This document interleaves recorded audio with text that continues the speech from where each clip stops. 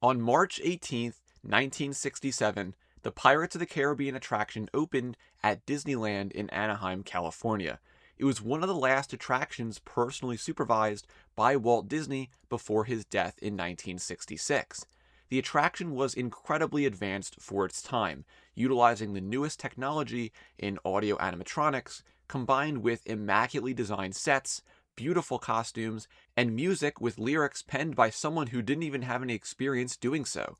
It set a new bar for Disney, directly influencing the next generation of rides and attractions at their theme parks. After its success in Disneyland, Pirates of the Caribbean would be added to Walt Disney World, Disneyland Paris, and Tokyo Disneyland.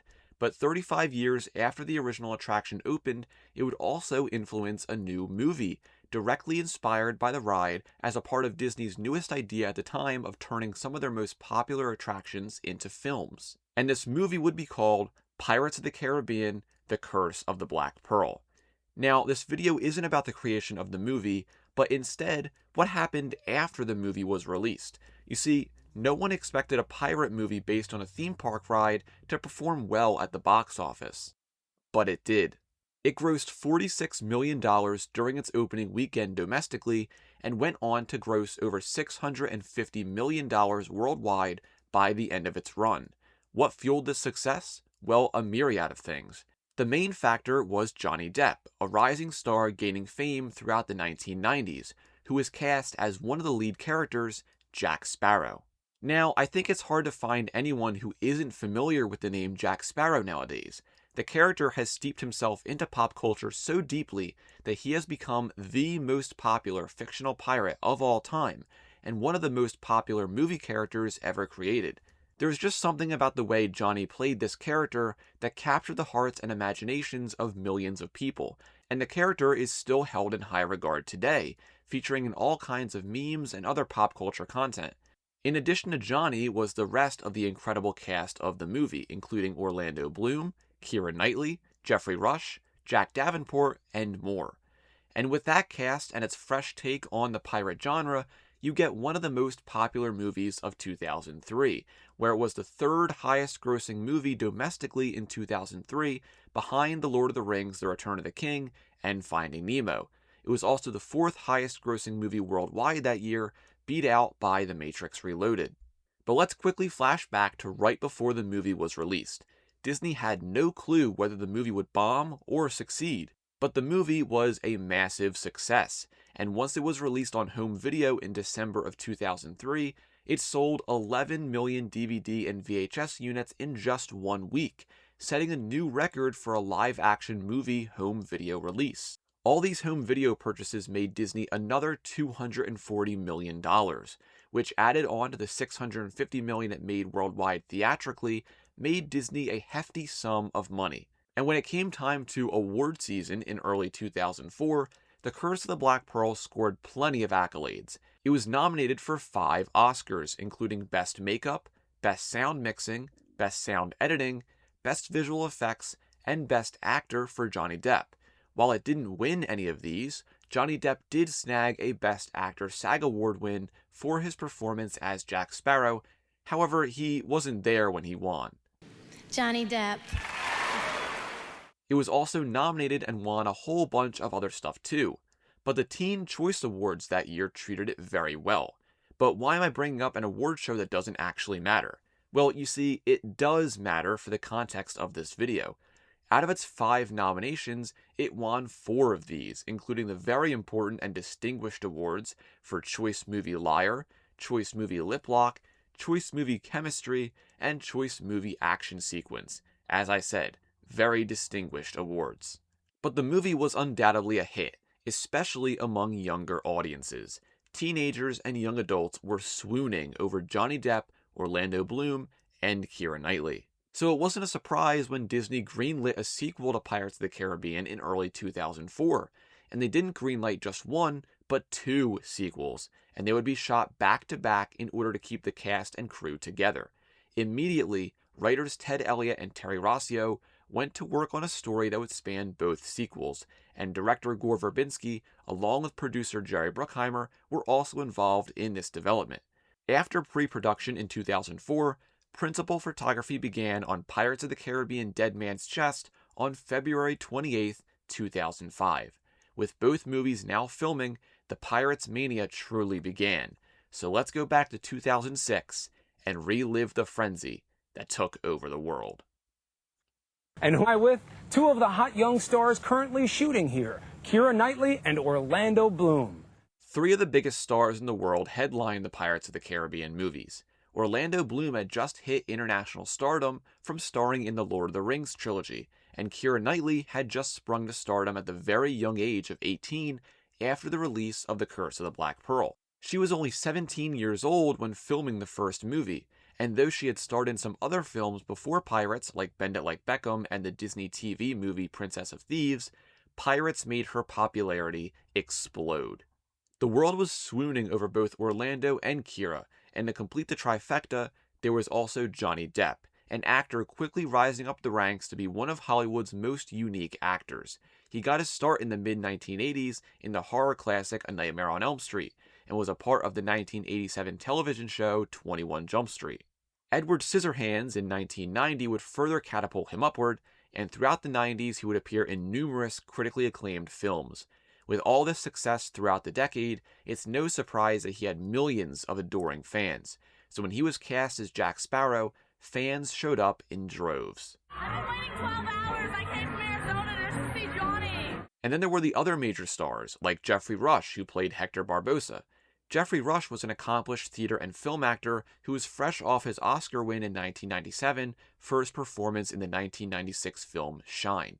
British actor Jack Davenport, who played James Norrington, had been gaining popularity thanks to his roles in multiple British television shows like This Life, Ultraviolet, and perhaps his most popular show, Coupling.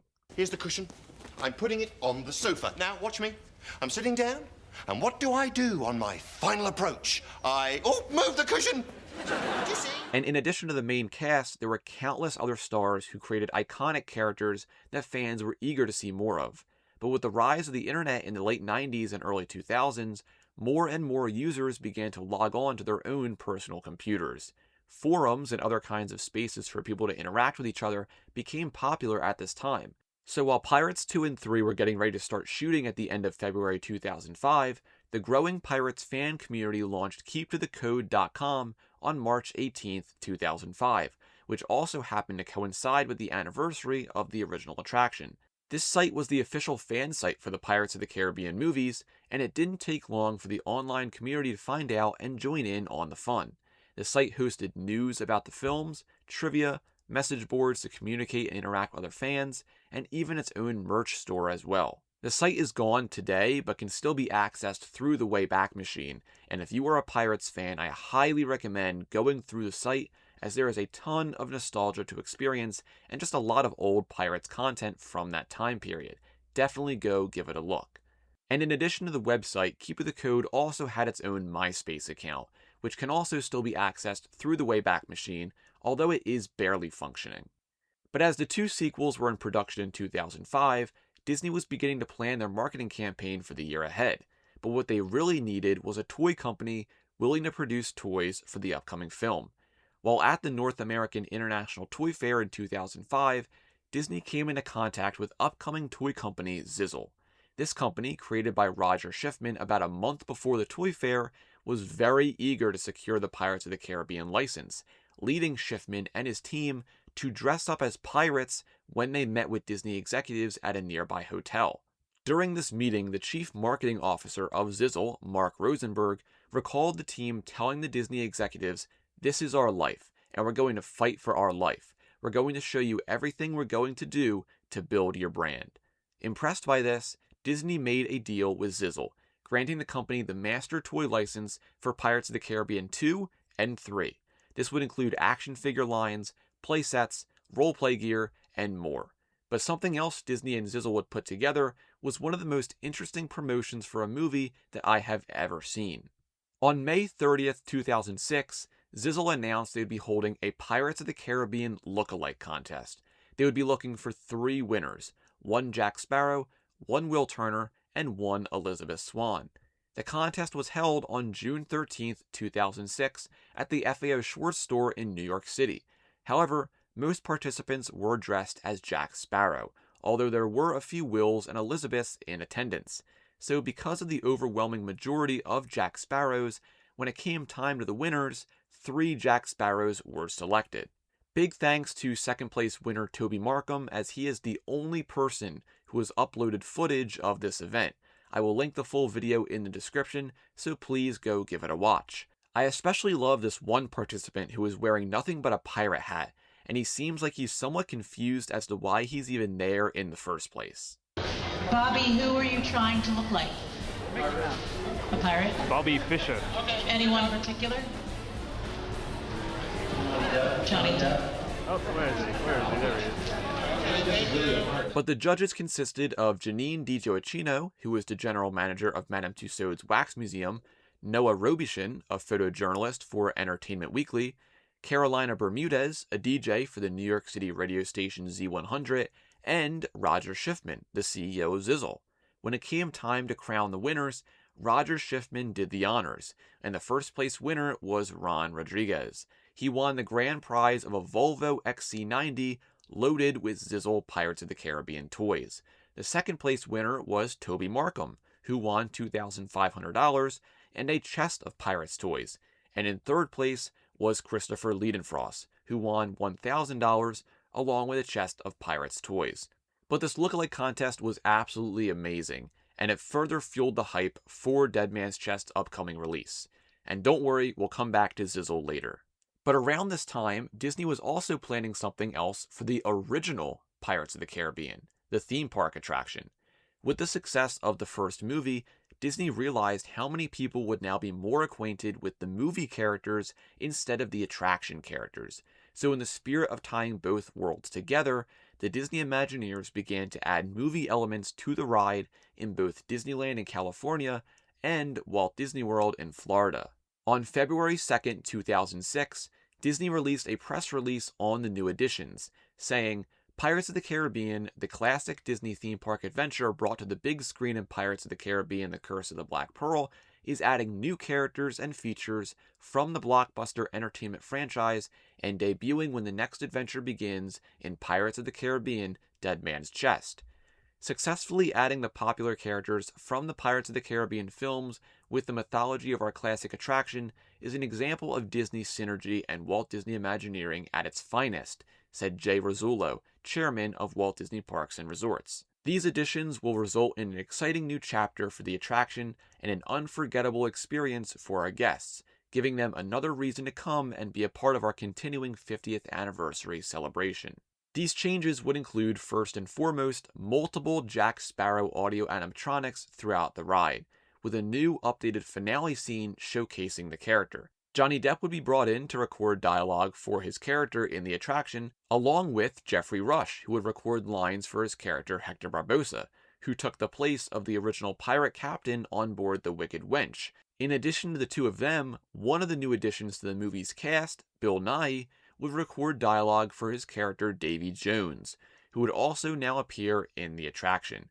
Jones would appear on a mist waterfall effect during the transition between the Dead Man's Cove skeleton scenes and the town of Isla Tesoro featuring the live pirates. But with the addition of the movie characters, the story of the pirate attack on the town was changed, as the pirates were now also looking for Jack Sparrow in addition to the treasure. In the Disneyland version of the attraction, the actual screen-used chest of Aztec gold from the first film was added to the treasure room scene in the Dead Man's Cove portion of the ride. Disneyland's Pirates of the Caribbean would close for refurbishment on March 6, 2006, reopening a few months later on June 26. Walt Disney World's version wouldn't close until May 1st, with its reopening coinciding with the release of Pirates of the Caribbean: Dead Man's Chest on July 7, 2006. But promotion for Dead Man's Chest began early in 2006, with Disney broadcasting an advertisement for the film during Super Bowl 40 on February 5th. This is when fans got their first taste of the upcoming film, as the official trailer would not release until May 2nd. But just a few days after the Super Bowl, the Walt Disney Company would release its annual report for 2005, featuring a cover boasting Jack Sparrow, Will Turner, and Elizabeth Swann in promotional art for Dead Man's Chest. And only about a week later, the official poster for the film would surface online. With the poster confirmed to be official, fans began to eagerly anticipate the arrival of the movie on July 7th. And on June 24th, 2006, Pirates of the Caribbean Dead Man's Chest had its world premiere at the Disneyland Resort in California. June 24th, it's a Saturday, with a premiere here at Disneyland, and it's really fantastic. I mean, people seem to be very excited with the whole kind of Pirates, fanaticism at its best. And as you can see in this footage, this premiere was insane. And to quote publicist Michael Singer, You feel like this is the last celebration before the end of the world. all the stars attended this premiere. Johnny Depp, Orlando Bloom, Keira Knightley, and the rest of the cast, and the fans went insane for every single cast and crew member that walked down that red carpet. If it wasn't obvious before, this is really where you can see the Pirates of the Caribbean frenzy take hold. So as the days count down to the release of Dead Man's Chest, let's take a look back on the insane amount of marketing, merchandising, and promotion that Disney did for this film. Pirates of the Caribbean Dead Man's Chest released on July 7th, 2006, and it immediately began to break records. It made $132 million in its opening weekend domestically, making it the biggest opening weekend of all time, beating out the previous record holder of Spider-Man, which had made $114 million in its opening weekend. It also had the best opening day and best single day at the box office, earning $55.5 million on opening day alone, beating out Star Wars Revenge of the Sith's $50 million opening day. It also became the biggest opening for a movie in July, and was the fastest film in history to hit the $100 million mark, which it achieved on July 8th, literally the second day of the release. If that wasn't enough, Dead Man's Chest had the third biggest theater rollout ever, playing in over 4,100 movie theaters across the country. It was a massive difference compared to the opening weekend of the first film, The Curse of the Black Pearl, which had made $46 million in its first weekend. Dead Man's Chest tripled that amount with its $132 million, just showing how insane the popularity of these movies was, and how much more popular they would become over the course of the year. And when it came time to market the film, Disney collaborated with an insane amount of brands to help promote Dead Man's Chest, including Volvo, Kodak, Kellogg's, MySpace, Verizon, Master Foods, and McDonald's, just to name a few. Volvo was involved in multiple different promotional campaigns, as not only did it supply the grand prize of a Volvo XC90 for the Pirates of the Caribbean lookalike contest we talked about earlier, but the partnership with Disney originally grew out of the 2005 to 2006 Volvo Ocean Race. For those unaware, the Volvo Ocean Race, or the Ocean Race as it's now called, is an event that takes place every 3 or 4 years that has multiple yachts sailing around the world in a race consisting of multiple legs to various ports of call across a time period of around 8 months. For the 2005 to 2006 race, Disney approached Volvo and struck a deal with them to include a Pirates of the Caribbean themed yacht in the race. This boat was sponsored by Disney and was given the name of the Black Pearl. It was skippered by a man named Paul Kayard, and ultimately got second place overall. But the Volvo and Disney partnership did not stop here, as in the summer of 2006, Volvo had its own campaign that consisted of a real-world treasure hunt to find a buried Volvo XC90. Participants could pick up treasure maps at Volvo retailers that contained a secret code to then register online for the actual treasure hunt. This consisted of online puzzles and clues, and if you solved them correctly, you would continue into the later stages of the treasure hunt. Over 52,000 people entered the contest, and on July 12th, Volvo selected 7 finalists to enter the final stage of the treasure hunt. These 7 participants were flown out to an undisclosed location, which ended up being Abaco Island, and participated in a 2-day competition in the vein of the TV show Survivor, completing challenges to hopefully be the one to win and dig up the buried car first. The winner of the contest was David Hutz, who won the buried car. Thankfully, he didn't actually have to dig up the car by himself, but Volvo surprised the other finalists and gifted them all Volvo XC90s for their efforts. The winning car was decked out in Pirates of the Caribbean graphics and looked super cool. But unfortunately, the winner said that he and his wife were immediately going to remove all the graphics from the car, which I understand, but man, if I had been the winner, those graphics would have never come off. Kellogg's was another brand that was promoting Dead Man's Chest in multiple ways across their products. I was able to get my hands on the actual promotional booklet Kellogg's produced for the Dead Man's Chest marketing campaign, and it goes incredibly in depth through everything the company had in store for the campaign. First of all, they had a special cereal box toy called the Skull Strobe, which was a light-up pirate skull keychain that came in red, green, and blue. This toy could be found in specially marked boxes of different Kellogg's cereals like Apple Jacks, Rice Krispies, Fruit Loops, and more. In addition to that, Kellogg's also had a free movie popcorn promotion on other cereal boxes, which provided you with a voucher for a free popcorn at select movie theaters. And then there was the mail-in offer of a Pirates of the Caribbean Skull Bowl on specially marked Crispix cereal boxes. Mailing in 2 UPCs from these boxes would reward you with the bowl prize. And Kellogg's didn't limit their promotions to just their cereal products, as they also featured another mail-in offer for a free pirate bandana on specially marked Eggo products. And while Kellogg's was promoting Dead Man's Chest on their own products, they even produced limited edition products themed specifically to Pirates of the Caribbean. This included Pirates of the Caribbean cereal, which essentially was Cocoa Puffs with pirate-shaped marshmallows added in. There was even a limited edition Pop-Tarts flavor called Treasure Maps, which were wild berry flavored and featured a treasure map design on the frosting. Kellogg's also produced Pirates of the Caribbean themed waffles, which featured the Aztec gold design along with a treasure chest stamped on the waffle. And finally, Kellogg's produced Pirates of the Caribbean fruit snacks, featuring themed shapes and designs that were a favorite of mine growing up. And while we're on the subject of food, let's talk about another famous brand collaboration with Pirates of the Caribbean, which included Mars and Master Foods USA. This campaign featured Pirates of the Caribbean themed M&Ms, along with tropical flavored Starburst and Skittles, but the most famous of these were of course the M&Ms.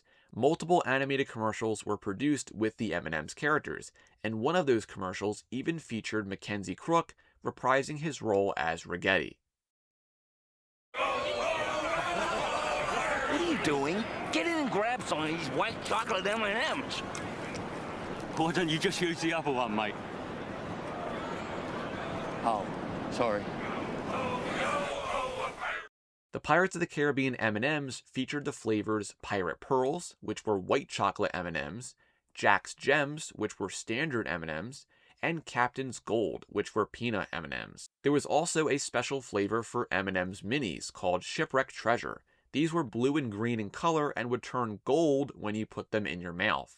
M&M's would also launch a special website for the Pirates of the Caribbean promotion, which featured games and the ability to watch the animated webisodes called The Rules of Pirating, which featured the red and yellow M&Ms learning how to be a pirate. In addition to this, there was even merchandise produced for this collaboration, including plush toys of the M&M's characters in their pirate outfits, along with pins and other various collectibles. And this M&M's promotion even made its way to the NASCAR world, as in 2006, a car was decked out with the Pirates of the Caribbean M&M's branding and was driven by Elliott Sadler. M&M's also hosted a sweepstakes in collaboration with Women's World magazine, offering a chance to win a trip for 2 to the Bahamas, along with 10 bags of Pirate Pearls M&Ms. Disney also collaborated with Visa and Commerce Bank for an interesting promotion.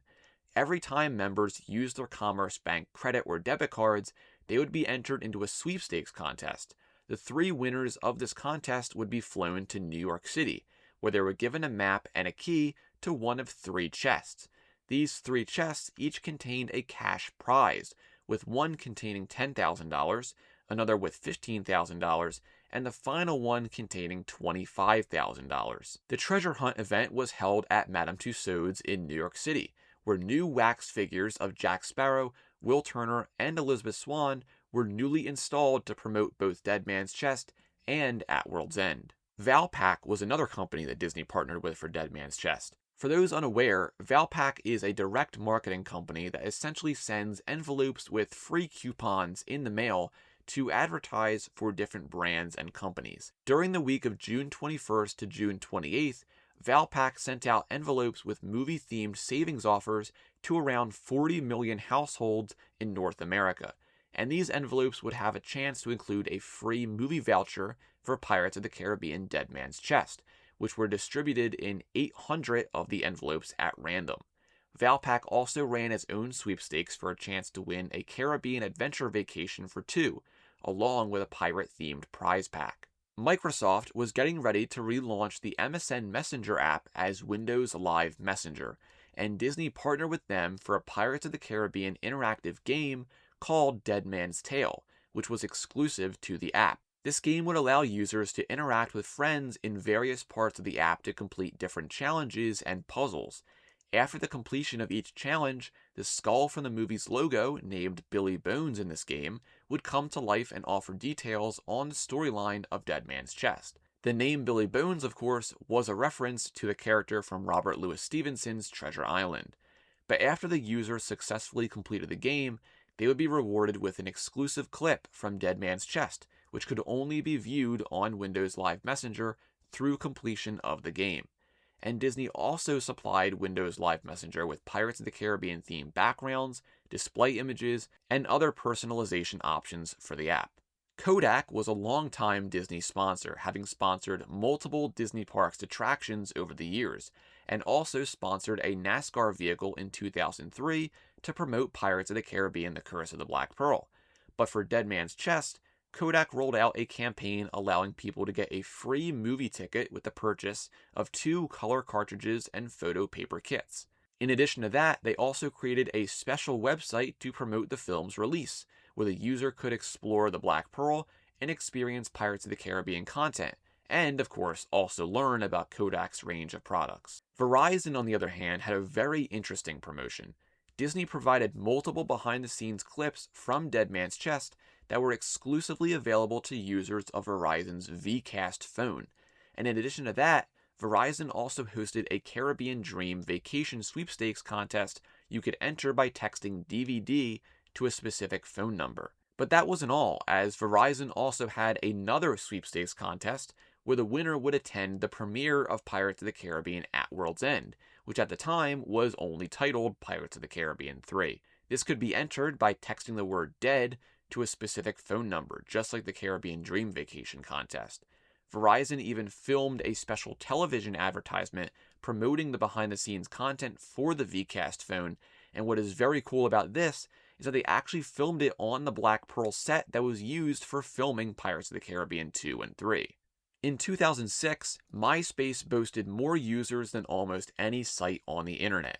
Disney and MySpace announced a sponsorship deal to help build excitement for the upcoming release of Dead Man's Chest that summer. What this consisted of was the creation of a Pirates of the Caribbean profile page, which people could then friend, and one of those friended users would receive exclusive access to the trailer of Dead Man's Chest before anyone else. But this wasn't limited to just one person, as the whole point of the promotion was to spread excitement for the film. So this meant that the person who received the trailer was free to share it with whoever they pleased on the website, which in turn would then spread to more and more people, spreading the trailer far and wide throughout the MySpace platform. And then, of course, there was McDonald's. In 2006, Disney partnered with McDonald's to release a wave of Happy Meal toys inspired by Pirates of the Caribbean Dead Man's Chest, which would be available from July 7th to August 3rd. The toys consisted of a Jack Sparrow plush, a skeleton pirate plush, an inflatable sword, a pirate bandana, a skull telescope, a pirate journal, a small Dead Man's Chest, and what was called the eyeball, which was a skull that functioned as a magic 8-ball when you opened up its eye patch. Each toy also came with a little card that had a pirate phrase on it, as well as what that phrase meant in normal English. In addition to the toys, McDonald's also had 2 different sweepstakes available at the time. The first was the Search for the Golden Treasure Happy Meal game. This gave you the chance to be one of 25 winners that would receive a trip for 4 to either Walt Disney World or Disneyland and ride the newly refurbished Pirates of the Caribbean attraction. To find out if you were a winner, you could check the pirate phrase card that came with the Happy Meal toy. McDonald's other sweepstakes consisted of a peel-off sticker present on any Big Mac, large fries, or large drink, which would reveal a code that you could either enter online, via text, or by calling in. This would give you the chance of winning a bunch of different prizes, with the grand prize being a Volvo car. McDonald's gave away either a Volvo XC90 or a Volvo C70 every day for 28 days, along with other Pirates of the Caribbean themed prizes. So with all the sponsors Disney had attached to Dead Man's Chest, it was very clear to see that they were going all in on Pirates of the Caribbean for the film's release. But in addition to this robust marketing campaign, Disney was gearing up for one of their biggest merchandising campaigns in the history of the company. This would include toys, games, books, apparel, comics, and practically anything and everything that could be sold with a Pirates of the Caribbean label on it. Toy company Zizzle, which I talked about earlier, had secured the master toy license for Pirates of the Caribbean Dead Man's Chest and At World's End, and they were going all out on their toy lines for the films. They produced countless different toy lines and products, starting off, of course, with their basic action figure line. This consisted of multiple waves of 3.75-inch action figures. Wave 1 included Captain Jack Sparrow, Prison Escape Jack Sparrow, Will Turner, Pirate Disguised Elizabeth Swann, Pintel, Davy Jones, Bootstrap Bill Turner, and Palifico. Wave 2 consisted of Cannibal King Jack Sparrow, Captain Norrington, Macus, and the Cannibal Chief. And Wave 3 included Final Battle Jack Sparrow, Final Battle Will Turner, Ragetti, and Hector Barbossa. And in addition to the standalone figures, there were also deluxe sets released, which included a deluxe Jack Sparrow with a cannon and kraken tentacle, another deluxe Jack Sparrow with an exploding longboat, a deluxe Will Turner with a bone cage, and a deluxe Davy Jones with a liar's dice table and dice. Aside from the standard 3.75-inch figures, there was also a line of Pirate Clash 7-inch figures. These were able to hack and slash by squeezing their legs, and the line consisted of Jack Sparrow, Will Turner, Davy Jones, and Macus. There were also 2 variant figures as well, consisting of Quick Draw Jack Sparrow and Hatchet Hurling Will Turner.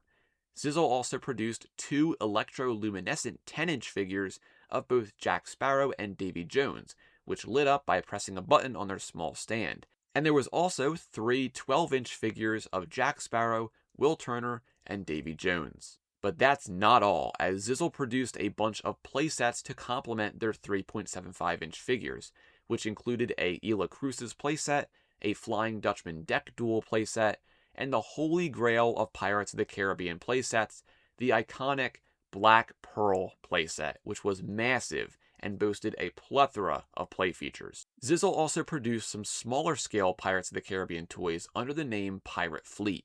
In this line was the Black Pearl, the Flying Dutchman, and the Edinburgh Trader. In addition to these, they also made a micro Pirate World playset that folded up into a treasure chest at the same scale of the Pirate Fleet ships. Other toys Zizzle produced for Dead Man's Chest included a Flying Dutchman Smoke Blast Cannon, a motorized Prison Escape Jack Sparrow, and a motorized Pintel in a rowboat.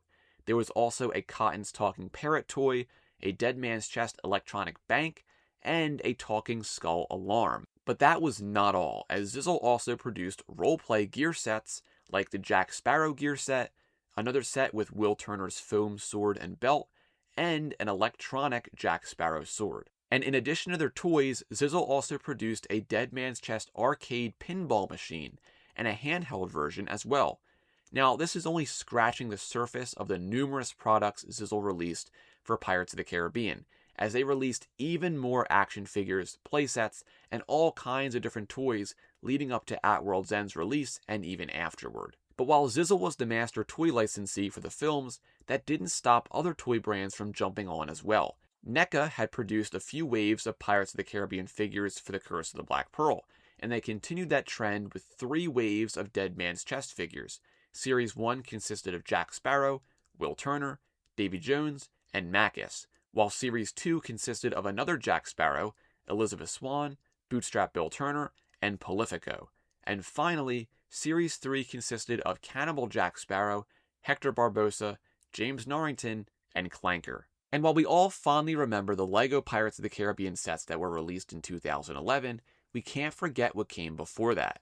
In the lead up to Dead Man's Chest release, Disney approached the company Megablocks, and they agreed to produce sets for both Dead Man's Chest and At World's End in a spin-off of Megablocks' Pirates theme, which was massively popular at the time. Megablocks sets for Dead Man's Chest were fairly similar to the sets from their Pirates theme, continuing with the big skull mold sets, along with other sets themed to various scenes from the film, including a Black Pearl and Flying Dutchman.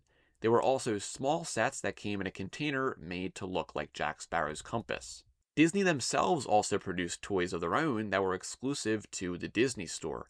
This included a wave of 7-inch action figures, consisting of Jack Sparrow, a Cannibal Island Jack Sparrow, Will Turner, Elizabeth Swann, Davy Jones, and Bootstrap Bill. In addition to this line, Disney also produced a figurine set consisting of the main characters of the film. But the merchandising was not limited to just toys, as Disney also wanted to expand the Pirates of the Caribbean world into different mediums, with the first of those being a book series. Before Dead Man's Chest release, Disney Publishing was interested in creating a Pirates of the Caribbean book series centered around Jack Sparrow to further expand the world of the films. And instead of the books focusing on Jack Sparrow as he appears in the films, this series would focus on Jack Sparrow in his younger years, originally having Jack be around 8 years old. However, the character was aged up to be a teenager, between the range of 15 to 18 years old. Setting the book series in Jack Sparrow's youth was done to somewhat distance the book series from the movies to avoid any overlap or contradictions that could potentially occur. Multiple authors were brought on board the project, including Disney Press authors Liz Braswell, Carla Jablonski, T.T. Sutherland, and more, all writing under the pseudonym Rob Kidd. But the series was titled Pirates of the Caribbean Jack Sparrow, or as most fans refer to it today, Young Jack Sparrow. The first 2 books would be released in June of 2006, with more volumes releasing every few months afterward. The story of the series saw a teenage Jack Sparrow meeting a whole cast of new original characters created for the series, including Arabella Smith, Fitzwilliam P. Dalton III, Jean Magliore and his sister Constance, and Tumen. Together, this crew would go on a bunch of different adventures split into different story arcs, with the first one being the quest for the Sword of Cortez, which spanned the first 4 books. The series itself proved immensely popular and would go on for 12 total books, with a spin-off book releasing afterward focused on Bootstrap Bill Turner's backstory. But in addition to the book series, Disney was looking to revamp their Pirates of the Caribbean comics. Immediately after the release of The Curse of the Black Pearl, a comic would show up in the Disney Adventures Super Comic Special in the summer of 2003. This issue would feature the first ever Pirates of the Caribbean comic, named The Accidental Pirate. Following this, in the August 2003 issue of the magazine, the second comic, named Revenge of the Pirates, would release, and throughout the next 2 years, Pirates of the Caribbean would feature new original comics in various issues of the magazine, stopping after the 2005 Summer Comic Zone issue. 15 comics would be produced during this 2-year span, with most of them being written by Michael Stewart and illustrated by Brett Blevins. But in 2005, all Pirates comic material was handed over to European studios to begin work on the next batch of comics, ready to premiere in 2006 to tie in with Dead Man's Chest release. These early comics, though forgotten about by most, kept fans engaged with the movie and its characters and was an incredibly smart move on Disney's part. But the new comics would debut with a completely new art style, opting for a more exciting and unique style compared to the classic comic book art style featured in the original comics. However, this was not just limited to comics, as this art style was something that was heavily pushed by Disney and has become synonymous with the franchise today. And it is what many Pirates of the Caribbean fans now refer to as the swashbuckler's art style. This art style could be found everywhere, from comics, flash games, storybooks, graphic novels, and even action figures. And now it's hard to credit this style to one specific artist because there was a whole team who worked on illustrating all of this content from 2005 through 2008. From going through and looking at who was credited for all the art of the comics released during this time period, I was able to make a list of what I believe to be everyone who contributed to this art style. Many thanks to all of these artists for contributing to the creation of this awesome art style that so many of us Pirates fans love. But these comics would be found primarily in the Disney Adventures magazine through various issues starting in 2006. But there was also some exclusive comics that only appeared in a European Pirates of the Caribbean magazine. This consisted of 14 issues from June 2006 to June 2008. From what I've gathered, it was only printed overseas and never published in English. Many thanks to longtime Pirates of the Caribbean fan Captain Bulbul for archiving all of these comics from these magazine issues. In total, these artists would produce 24 comics in this art style, along with a graphic novel adaptation of Dead Man's Chest and At World's End. But as I said earlier, this art style was not just limited to the comics, as it was present on so much merchandise at the time. Most of the merchandise made for kids featured this art style, and that is one of the reasons so many of us Pirates fans have so much nostalgia for it. But on the video game side, Disney was planning something big. In the early 2000s, Disney was heavily pushing online MMOs for various franchises. The popularity and success of Toontown Online made Disney consider a new online game for the blossoming Pirates of the Caribbean franchise. So on April 26, 2005, Disney announced that the developers of Toontown Online, which was Disney VR Studio, would develop Pirates of the Caribbean Online. This game was initially scheduled to release in the summer of 2006 to coincide with the release of Dead Man's Chest. However, a year after the announcement in April 2006, the game was pushed back to 2007. The hope was to release it before Pirates of the Caribbean 3, but the game would not launch until October 31st, 2007. Hey, you go to Amy's party last weekend?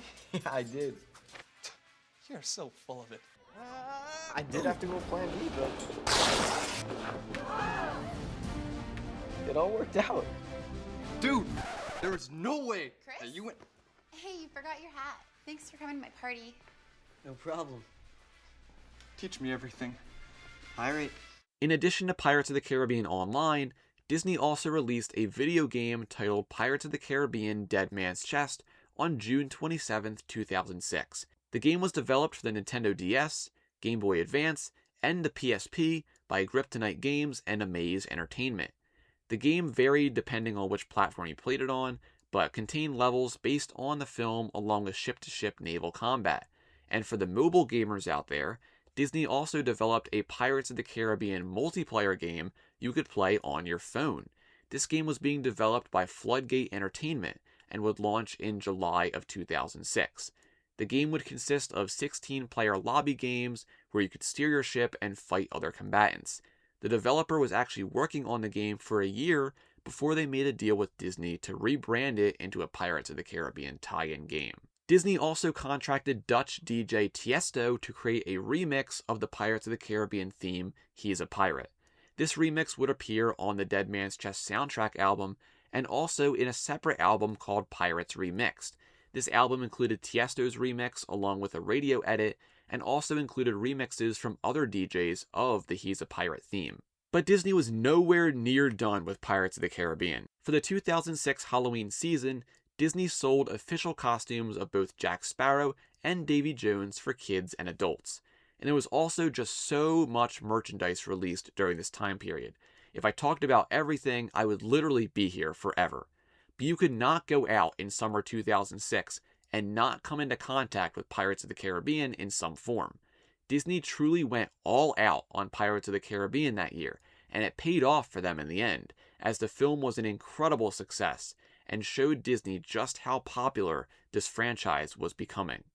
After the release of Dead Man's Chest, it was clear that Pirates of the Caribbean had become Disney's new cash cow. The movie had a fantastic opening weekend, as I talked about earlier, making $55 million on opening day alone. But on September 9th, 2006, the Walt Disney Company announced that Pirates of the Caribbean Dead Man's Chest was the third film in history to reach the milestone of $1 billion at the box office. The only other films that had hit that mark at that time were Titanic in 1997 and The Lord of the Rings: The Return of the King in 2003. It was Disney's very first film to ever make $1 billion. But it did beat out The Return of the King in how long it took to make $1 billion, reaching the milestone in 9 weeks in comparison to Return of the King's 10 weeks. It was shattering box office records both domestically and internationally. At the time, it had the highest three-day opening in box office history at $135 million. It was also the first film in box office history to pass $100 million in only 2 days, and at the time, it was the fastest film to pass $300 million in history, which only took 16 days. If you remember from earlier, the final domestic gross of Pirates of the Caribbean: The Curse of the Black Pearl was $305 million. Dead Man's Chest passed that in only 16 days. By September, it had made $415 million domestically and $587 million internationally. In the rest of the world, Dead Man's Chest was the biggest international release of 2006 and had become the 6th biggest film ever released internationally. And it had also become the most popular international release in the history of the Walt Disney Studios. It also held the #1 spot at the international box office for 9 weekends straight, which eclipsed the previous record, which was actually held by The Curse of the Black Pearl with 7 weekends in a row. But in early 2007, the Oscars nominated Dead Man's Chest for 4 Academy Awards, including Best Visual Effects, Best Art Direction, Best Sound Editing, and Best Sound Mixing. And when it came time for the actual ceremony, Pirates of the Caribbean: Dead Man's Chest won the Oscar for Best Visual Effects. But all of this just furthered the excitement for the upcoming release of Pirates of the Caribbean at World's End, which was scheduled for release on May 25th, 2007. Disney was hard at work on an even bigger marketing campaign, along with more merchandise releases in the coming year. But aside from that, the Bahamas also saw an influx of tourists during this time period because of the popularity of Dead Man's Chest. The Fort Young Hotel in Dominica, which was one of the islands the movie filmed at, offered a pirate summer special, including a pirate bandana, a bottle of rum, a whale watching expedition, and other discounts. Other tours of the different filming locations on the island of Dominica sprung up at this time as well. St. Vincent, the island that doubled as Port Royal in the films, had their own tours of the filming locations, and other islands like Nassau offered their own pirate-themed programs and deals. And Disney wasn't done yet with their Pirates of the Caribbean additions to their theme parks. In the summer of 2006, Disney debuted Captain Jack Sparrow as a meet-and-greet character in their parks, and at the same time opened a new show in Walt Disney World named Captain Jack Sparrow's Pirate Tutorial. The show sat opposite the Pirates of the Caribbean attraction and involved young kids in learning everything they needed to know to become a real pirate. It became immensely popular very quickly and moved from its temporary home outside the attraction to a stage area where it continued to play all the way until 2018. But it's safe to say that Pirates of the Caribbean dominated the year of 2006. Dead Man's Chest became the highest grossing film of the entire year, with its final total being $1,066 million. And the demand for pirates just kept rising. So when the film was released on DVD on December 5th, 2006, it sold over 9 million copies in its first week of release. It sold 16.7 million copies overall and made Disney another $320 million. And just like it was the highest grossing film of the year, it was also the best-selling DVD release of the year. So with the rising popularity of pirates, more and more pirate-themed media began to emerge during this time period. It was clear that people were obsessed with not only the Pirates of the Caribbean franchise, but pirates in general.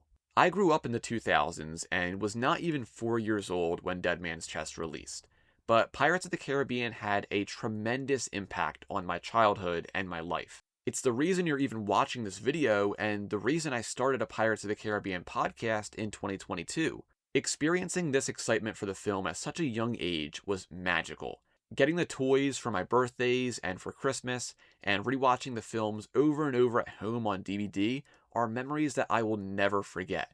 This franchise has deeply affected my life in so many ways, and I would never trade that for anything. But there is part of me that wishes I was older to retain more of the actual hype surrounding the film that year. I wish I was there in the early days of the fandom to see all this excitement in action, and getting to see a theater reaction to that moment when Barbossa walks down the stairs at the end of the film would have been amazing. But despite that, being a kid during this time was awesome. and it was probably the reason Pirates of the Caribbean had such a deep impact on me and so many other people around my age. It's hard to understate the cultural impact these films had back in the day. They dominated every aspect of pop culture back then, and while the franchise continued on after At World's End with On Stranger Tides and Dead Men Tell No Tales, it lost a lot of that popularity over the years. But especially now, with Dead Man's Chest turning 20 years old this year, a lot of people have begun to look back at Pirates of the Caribbean a lot more fondly. Many people my age who grew up with the films are remembering how good they were, and I feel like the franchise is gaining steam once again. There's been new merchandise released, and even a brand new Lego set, and rumors of a Pirates of the Caribbean 6 swirl around social media every single month. It's a franchise people still care about, but there was a time when everyone cared, and that is what I wanted to showcase in this video. My goal was to help people understand just how insane Pirates of the Caribbean was back then in terms of popularity, and how it ultimately took over the world in 2006. So if you've watched all the way up to this point, thank you so much. This video has been a passion project of mine for over a year now. I initially wanted to lump both Dead Man's Chest and At World's End together into one video and talk about the entirety of the franchise's popularity over the years, but that proved to be way too massive for just one video. And since Dead Man's Chest turns 20 years old very soon, I decided to devote this video to the year when Pirates of the Caribbean was everywhere. It's a year that lingers in my brain constantly, and one that I am very, very nostalgic for. So if you enjoyed this video, please consider subscribing for more videos like this in the future. And if you enjoyed this, consider listening to my podcast, which you can find here on YouTube and also on all major listening platforms. Once again, I thank you all for watching, and always remember, dead men tell no tales.